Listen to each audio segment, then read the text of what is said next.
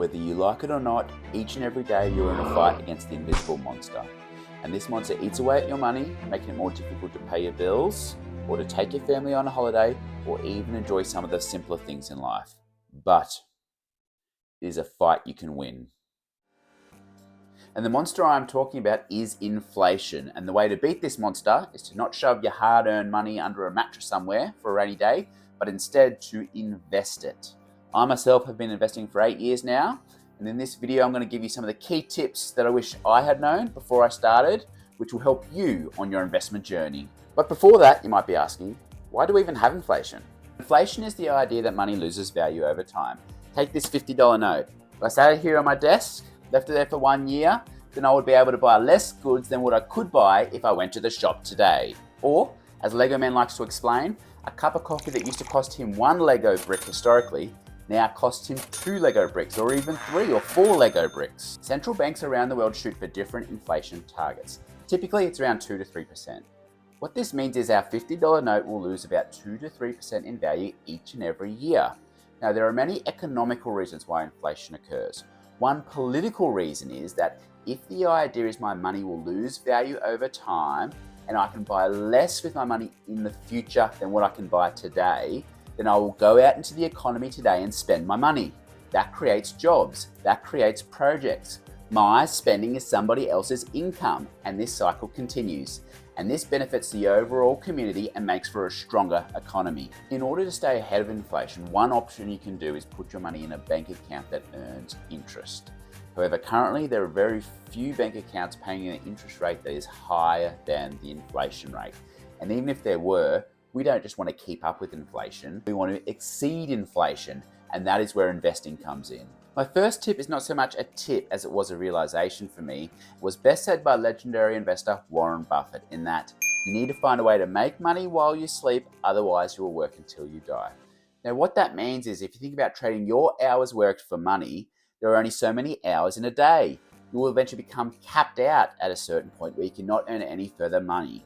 You then may seek different professions that pay you a higher hourly rate, but that's not practical for everybody. But what is achievable for everybody is for you to invest your money in passive investments, of which there are numerous, that will continue to operate while you sleep and pay you cash. My next tip is do not invest your rent money. You do not want to be struggling to live as a result of your investments. My first investment, which I'll discuss shortly, was for around $600, and I've been able to grow this now into a sizable pot.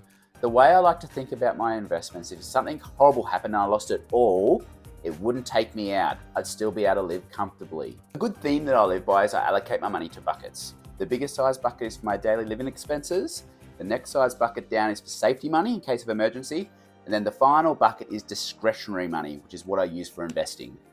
My next tip starts with an idea. Now there are numerous investments that can earn you passive income.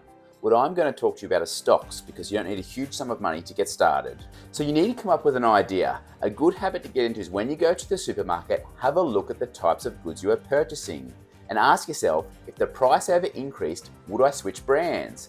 If the answer is no, then the company that produces those goods may have a competitive advantage, also known as a moat, as in a moat that protects a castle. The wider the moat, the bigger the competitive advantage that the business may have. Now my first investment made me an annualized return of 13%.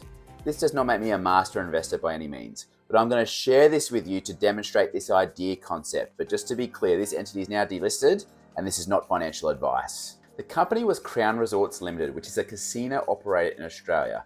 The cities in which it operated, it had very few, if no other, physical gaming competition.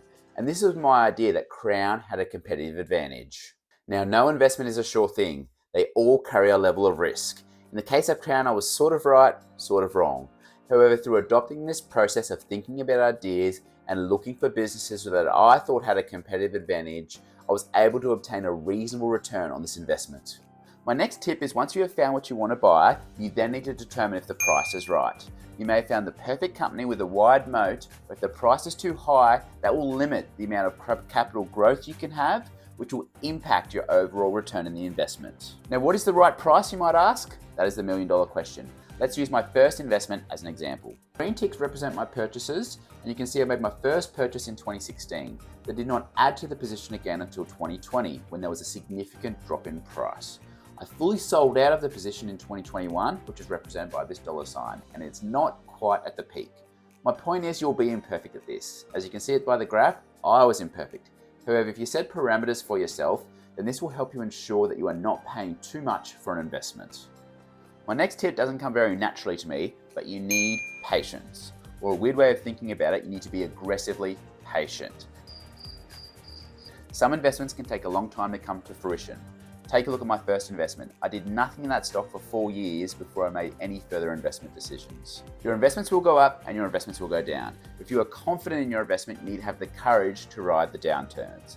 Another great Warren Buffett quote, "Don't buy a company for 10 minutes that you wouldn't feel comfortable holding for 10 years. If you would like me to expand on any of the concepts I've talked about today, then leave me a comment down below. And if you want to continue to level up your finance IQ, make sure you watch this next video.